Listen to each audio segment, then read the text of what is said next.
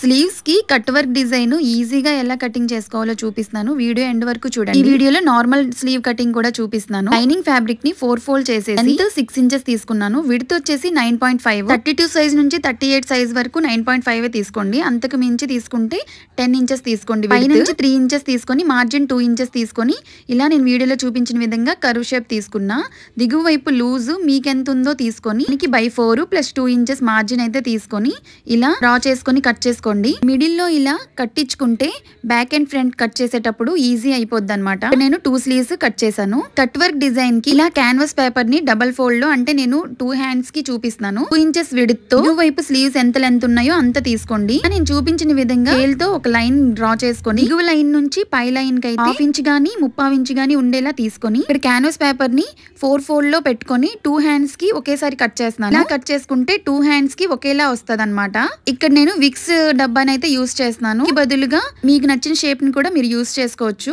ఇలా 2 లైన్స్ మధ్యలో విక్స్ డబ్బా ఉండేలా నేను చూపించిన విధంగా డ్రా చేసుకుంటే ఈజీగా వచ్చేస్తుంది అనమాట. ఇలా మొత్తాన్ని గీసుకొని లాస్ట్ లో 2 ఇంచెస్ మార్జిన్ కి అయితే విడిచిపెట్టుకోండి. డ్రా చేసుకున్న తర్వాత క్యాన్వాస్ పేపర్ కి ఇలా సేఫ్టీ పిన్స్ పెట్టుకొని కట్ చేసుకోవాలి. లేకపోతే పేపర్ జరిగిపోయి నీట్ గా రాదు. ఇక్కడ నిదానంగా కట్ చేసుకోవాలి, లేకపోతే షేప్ సరిగ్గా రాదనమాట. ప్లీజ్ కటింగ్ చేసిన లైనింగ్ ఫ్యాబ్రిక్ పైన 1/2 ఇంచ్ మార్జిన్ తో ఉండేలా ఇలా నేను చూపిస్తున్నాను కదా, అలాగా ఐరన్ చేసుకొని పెట్టుకోవాలి. ఇప్పుడు మెయిన్ ఫ్యాబ్రిక్ రైట్ సైడ్ వైపు ఈ లైనింగ్ ఫ్యాబ్రిక్ ని పెట్టుకొని సేఫ్టీ పిన్స్ యూస్ చేసి వీడియోలో చూపించిన విధంగా క్యాన్వాస్ పేపర్ పక్కనే స్టిచ్ పడేలా స్టిచ్ చేసుకోవాలి నిదానంగా. స్టిచ్చింగ్ అనేది ఎట్టి పరిస్థితుల్లో క్యాన్వాస్ పేపర్ పైన పడకూడదండి. కట్ వర్క్ డిజైన్ చేసేటప్పుడు కొంచెం పేషెన్స్ తో స్టిచ్ చేసుకోవాలి, లేకపోతే షేప్ సరిగ్గా రాక ఫినిషింగ్ రాదనమాట.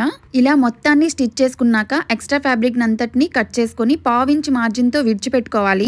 స్టిచ్ పైన పడకుండా చూసుకోండి. వీడియోలో చూపించిన విధంగా చిన్న చిన్న కట్స్ పెట్టుకుంటూ ఫ్యాబ్రిక్ ని టర్న్ చేసుకుని ఐరన్ చేసుకోవాలి. టర్న్ చేసిన తర్వాత పైన టాప్ స్టిచ్ చేయాల్సిన అవసరం లేదండి. ఐరన్ చేసుకుంటే అప్పుడే ఫినిషింగ్ బాగుంటది. అయితే సింపుల్ గా కట్ వర్క్ డిజైన్ అయితే రెడీ అయిపోయింది. హోప్ వీడియో నచ్చింది అనుకుంటున్నాను. నచ్చితే లైక్ చేయండి. స్టిచ్చింగ్ రిలేటెడ్ ఏవైనా డౌట్స్ ఉన్నా కటింగ్ వీడియోస్ కావాలన్నా నాకు కామెంట్ చేయండి. వీడియోలో పోస్ట్ చేయడానికి ట్రై చేస్తాను. Thanks for watching.